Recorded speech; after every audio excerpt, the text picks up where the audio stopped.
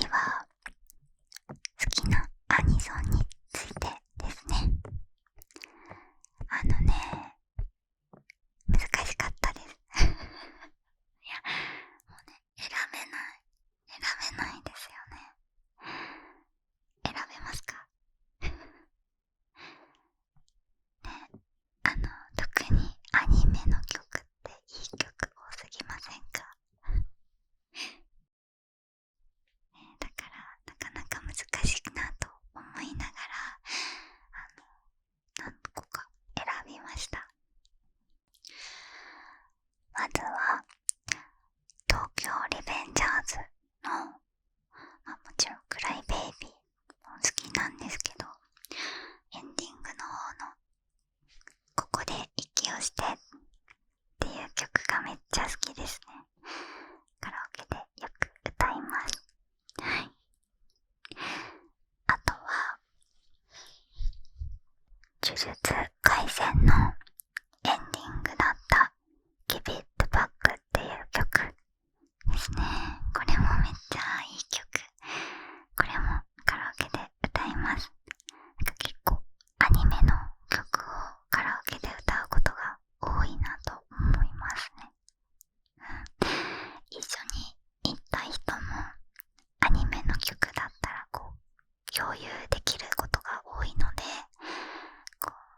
私の知ってるさっきのちょっとコアな外国の曲よりかは知ってもらえてるからアニメの曲を歌うことが多いです。皆さんはどうですかねはい。あとはこれもね、有名な坂夢ですね。坂夢とってもいい曲ですよね。かっこいい。めっちゃかっこいいですねキングヌーさんの曲もよく聴きますね。この間までアニメでやってた王様ランキングも見ていたんですが、その時のオープニングもとっても良かったし、この呪術廻戦の映画のね、エンディングかな、坂夢、とってもいいし、主題歌の方もとってもいいなと大好きですね。次、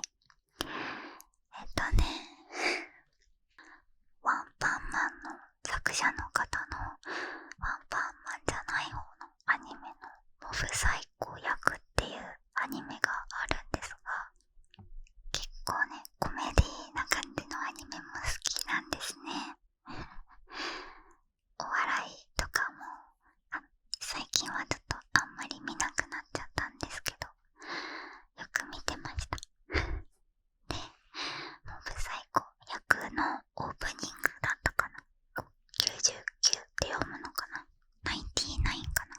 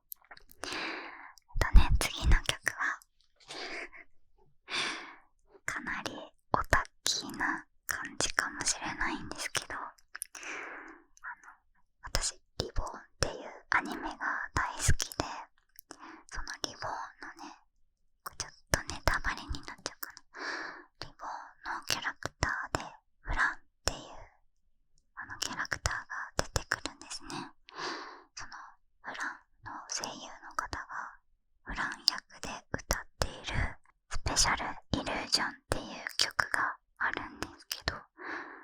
これも、ザ・アニソンっていう感じかな。すごい好きですね。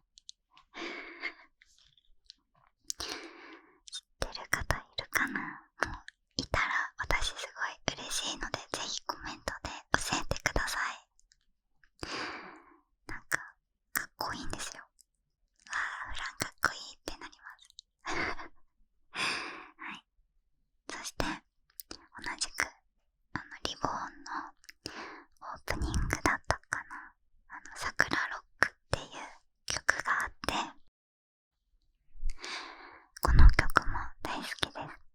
ただカラオケで歌うと息が持たなくて、歌い終わった後一人ではぁはぁって息が切れちゃうぐらいちょっと肺活量を使う曲なんですけど、すごい歌えたらかっこいいなと思います。あとは進撃の巨人のエンディングだった衝撃っていう曲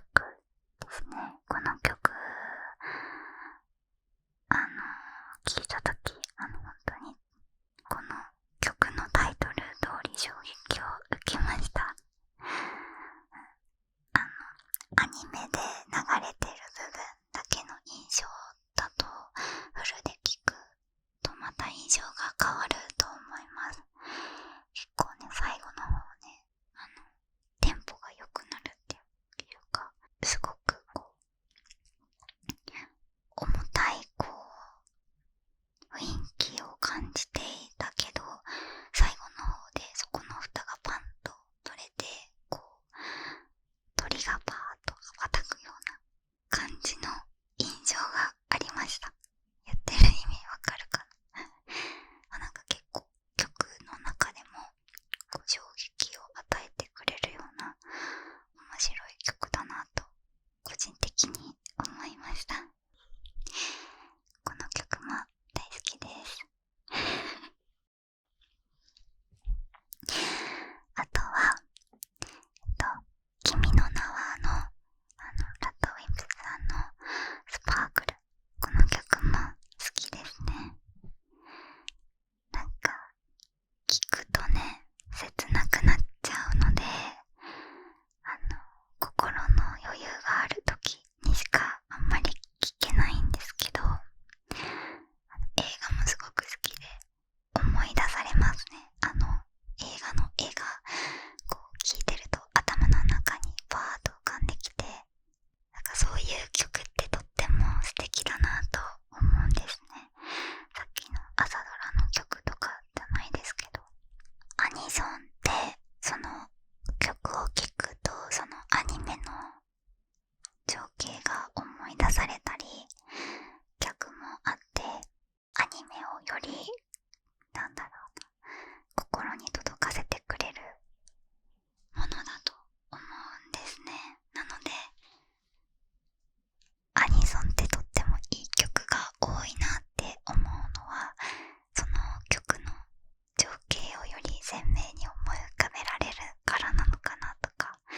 思ったりしましたはい。といった感じで、結構かなり長く音楽についてお話ししました。はい、ありがとうございます。で、いよいよちょっとね、音楽から話が外れていくんですが、5つ目かな。好きな芸能人についてですね。これもたくさんいらっしゃって、もう本当にあげればキリがないので、一部ということで思い浮かんだ、一番結構トップに入るなっていう方を、小松菜奈さんですね。大好き、憧れますね。かっこいい。あとは二階堂ふみさん、多部未華子さん、杉咲花さん、ムロツヨシさん、佐藤二朗さん、榮倉奈々さん、新垣結衣さん、長澤まさみさんですね。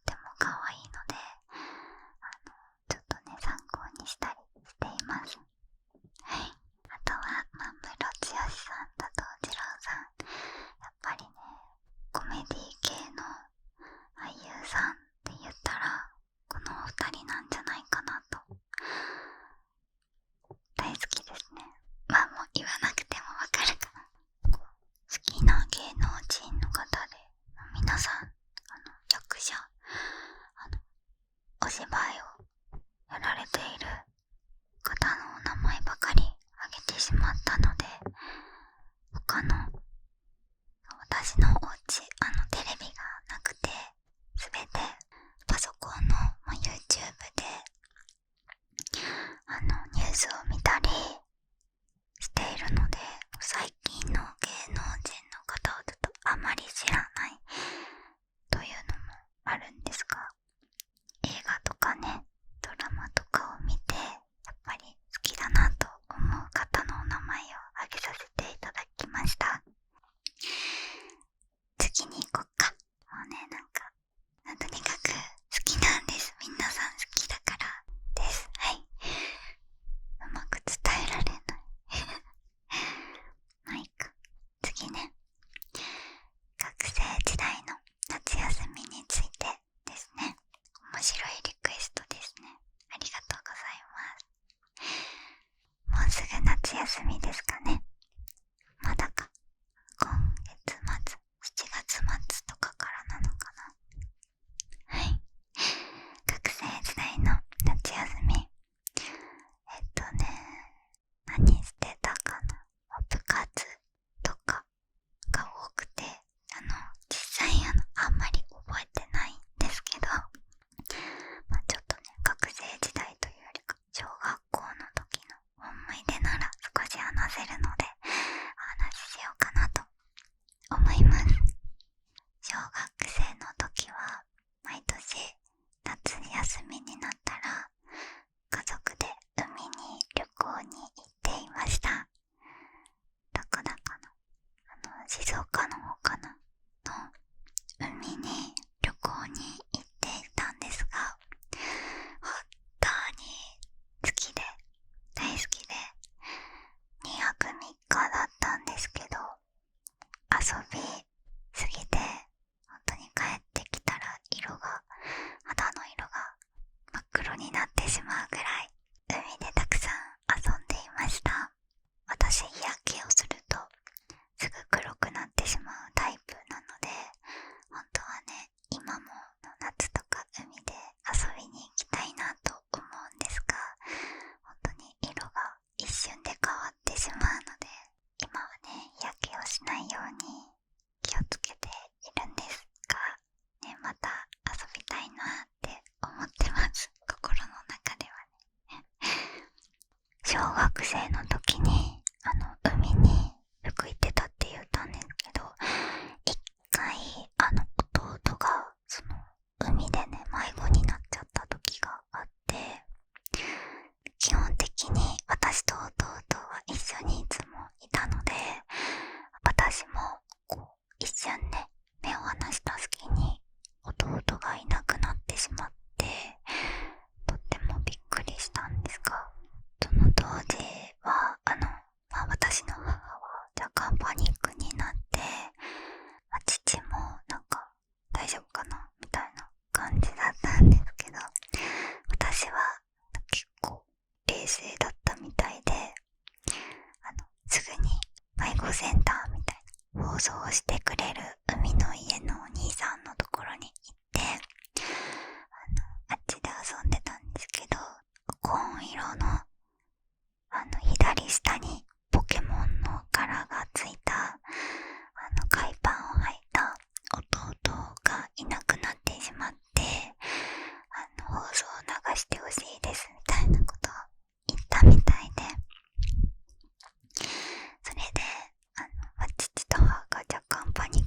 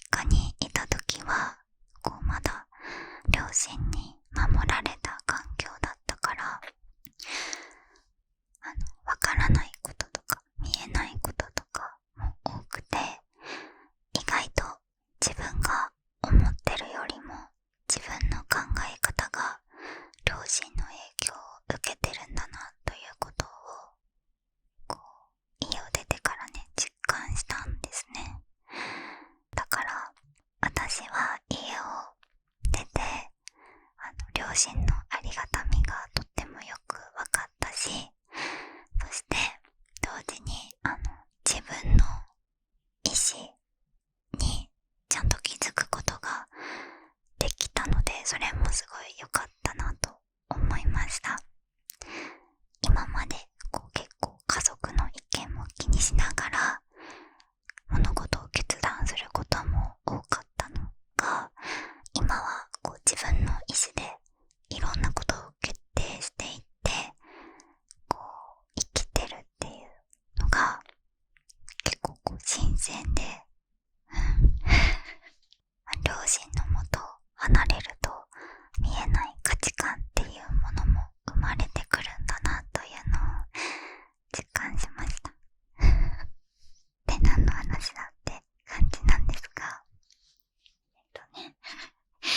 夏休みの話ね。海に行ったりしてました。あとはプレイステーション2で僕の夏休みを本当に毎年毎年同じやつを一からやってました。僕夏やったことある方いますかね。私多分やってたやつが海の冒険編ってやつなんですけど、もうそれ1個しかやったことないんですけど、もうめちゃめちゃ大好きでした。理想の夏休みというか、ああいう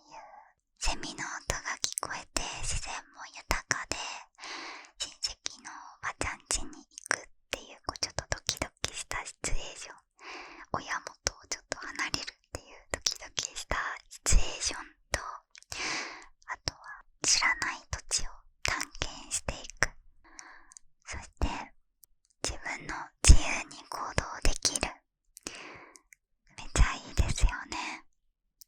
あと僕夏のいいなと思うところは、ストーリーが進んでいくにつれて行動範囲が広がるんですが、それもすごい好きなんですけど、プラスちょっとしたホラー要素があるのもちょっと好きですね。ホラー要素って言ってもめちゃめちゃ怖いとかじゃなくて、なんかちょっと不思議な感じだなみたいな。例えば不思議な雰囲気のお姉さんがこの時間にはいるけどこの時間にはいないみたいな、そういうちょっとしたホラー感っていうのがあって私は好きですね。それも夏のいいところかなと思います。実はね、4つの季節の中で私は夏が一番ワクワクします。今はちょっとコロナでなかなかないですが、お祭りとか夜になったらちょっとホラー要素があったり、あとは夏休みっていうそのワードもすごくドキドキするし、ワクワクすることがたくさんあるなと。あとね、夏野菜が大好きなんですよね。もうトマトとキュウリ本当に大好きで、最近もトマト丸かじりで洗ってヘタ取って、であとキュウリも塩で一回揉んで洗って、それを味噌とマヨネーズちょっとつけて、で唐辛子ちょっとかけてくるくるくるって混ぜてつけて食べたりしてます。はい、いいですよね。はい、そんな感じで夏っていう季節が結構好きなので、このリクエストを選ばせていただきました。ありがとうございました。はい、続いてですね、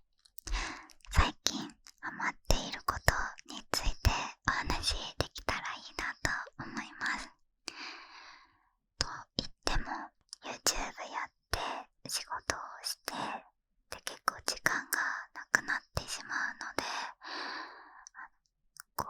ハマってることゲームしかないですね今。何回も話してるんですが、マイクラにハマっています。最近はご飯を食べてる時にケーポンクラフトさんの YouTube 動画を見ながらマイクラを勉強しながらマイクラやりたいから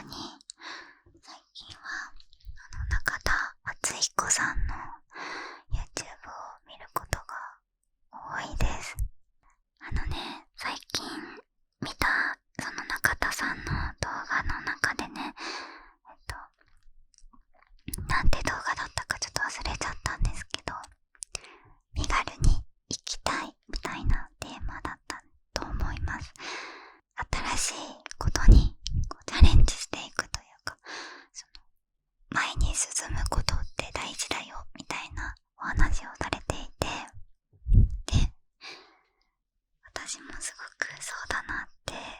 思いました。特にこの YouTube を始めて、自分が今までいた場所から環境を変えてチャレンジして新しいことに取り組んでいくっていうのもすごく大事なことだし、いいことだなと思ったので共感できましたね。同じねところにとどまるのが楽だし、チャレンジすることって怖いなとも思うんですが、始めてみると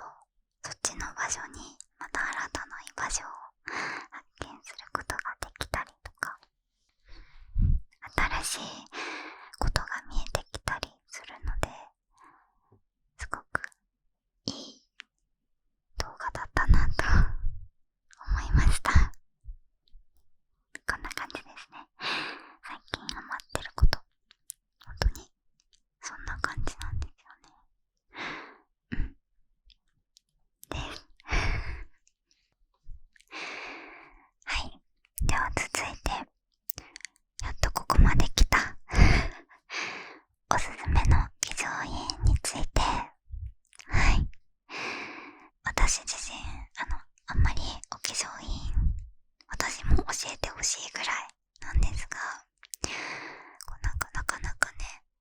使い切れなくて、新しいものを買う機会っていうのが少ないので、ちょっと参考になるか不安なんですが、私がね使ってみていいなと思っているものをご紹介していきますね。まずはこれですね。じゃじゃーん。よくメイクのロールプレイで出るんですけど、これラロッシュポゼの下地ですね。これ私はパールホワイトっていう色の方を使っているんですけど、確かねお肌にもねそこまで負担がなかった気がします。ということで、一つ目のおすすめね。そうだ、これねちょっと高いんですけど全然使い切れないすごく持つので使い切れないことはないと思うんですけど、すごく持ちがいいので、まあ最初はね少し高いけどその分長く使えるので買っとくのはありかと思います。すごい綺麗にトーンアップしてくれます。あとはじゃじゃーん、ちょっと汚くて申し訳ないんですが、ハイライトですね。我らがセザンヌ、やっぱり値段が安くてお手頃なのがとってもいいですよね。私があんまり高いハイライトとかを使ったことがないのもあるかと思うんですが、めっちゃ綺麗にツヤツヤしてくれるので、安いし600円くらいだった気がします。とってもねすごく綺麗にツヤツヤするのでおすすめですね。私はこれで今のところいいかなって思ってますね。もう少し化粧品とかねこだわれるようになったら違うハイライトも買うかもしれないんですが、今はこれで十分です。あとはじゃじゃーん、これなんて読むんですかね。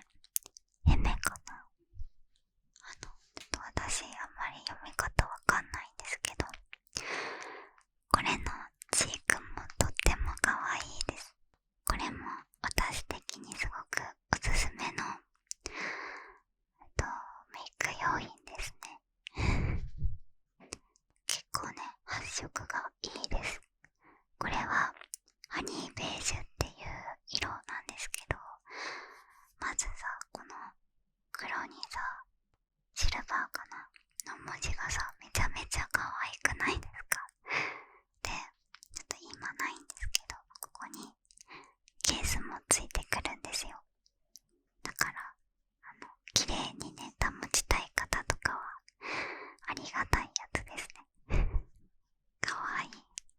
はこんな感じで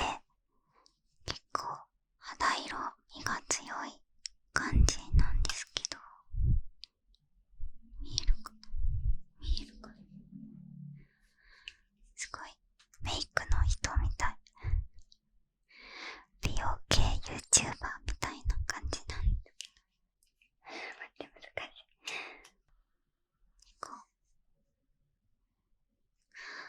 こんな感じでちょっとね、ハニーベージュっていうだけあってピンクっていうよりかはベージュっぽい感じの色味のチークなんですが、肌に出すとね意外に発色します。とね、こんな感じ見えるかな、こんな感じわかるかな、ここのところ、ここのところ意外と濃く発色されます。塗りすぎるとね、ちょっと肌が焦げちゃった感じに見えちゃうかもしれないんですが、大人な雰囲気が出るチークカラーだと思っていてお気に入りです。といった感じで、私のおすすめの化粧品でした。なんか具体的な化粧品ではないけど、ブラシをね、100均でも何でもいいと思います。ブラシを使うようになってからこのメイクレベルが上がった気がするので、こういう付属のブラシをね使っている方はね、これがすごく自分に合ってればいいと思うんですけど、もしね、なんかこれはちょっと柔らかすぎるなとかあったら、ブラシ使ってみるといいと思います。よくチップとかアイシャドウとかチップが入ってると思うんですが、そのチップでメイクをするよりブラシでメイクをする方が綺麗にグラデーションが作れたりする気がしたので、私的にはブラシを使ってメイクするとレベルが上がった気がしておすすめです。はい、といった感じで以上、私のおすすめの化粧品でした。次、私のストレス解消法についてお話しします。これはぜひ私も教えてほしいなと思うくらいなんですが、私のストレス解消法は、まず歌をイヤホンでね、ちょっと大きめの音で聞くことです。あとは歌うこと、なんかやっぱ声を出すと発散されますね。はい。あとは、美味しいものを食べることですね。やっぱり食べるって幸せなので、ちょっとねストレス溜まっちゃったなとか嫌なことがあったなっていう時は、少し自分にご褒美を与えて美味しいものを食べたりします。本当にちょっとしたことでいいなと思うんですが、例えばミスドのドーナツ1個買って帰ろうとかなんかそういうちっちゃいことでも割とストレスっていうかモヤモヤしてる時に一個の幸せがあるといい気持ちになりますね。あとは私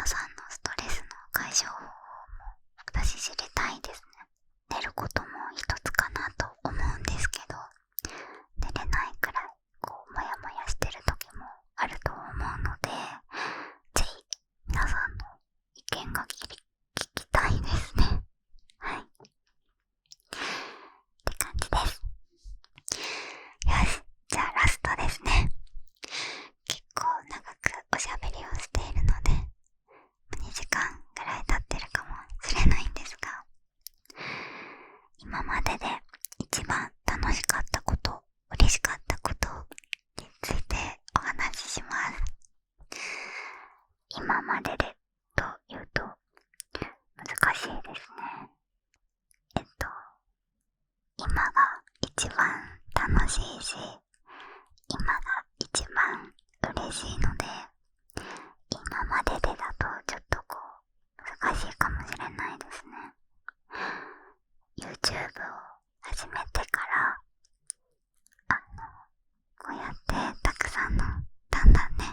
多くの方が私の動画を見てくれたり、あとはコメントをしてくださったりすることがとっても嬉しいし、 YouTube すごく楽しいので今が一番楽しいです。なので見てくださってる皆様の本当におかげだなと日々感じております。いつも私にたくさんの幸せを分けてくださってありがとうございます。はい。けどなんか今まででということだったので、今までで一番嬉しかったことが難しいですけど、高校生の時の受験の合格発表は今でも結構はっきりと覚えているくらい嬉しかったですね。やっぱり自分の番号を見つけるっていう受験の雰囲気を味わえたのは貴重な経験だったなと思います。今までで一番楽しかったことは、これもありすぎて難しいですが、留学かもしれないですね。本当に友達も誰もいない状態で一人でスーツケースだけ持って行ったので、めちゃめちゃ緊張したんですけど、その分ワクワクもしたし、新しいことがたくさんだったので常に楽しかったです。刺激的でした。このね留学のお話もねちょっとあるんですよね。これはじゃあまた次回の雑談の時とかに機会があったらお話ししていこうかなと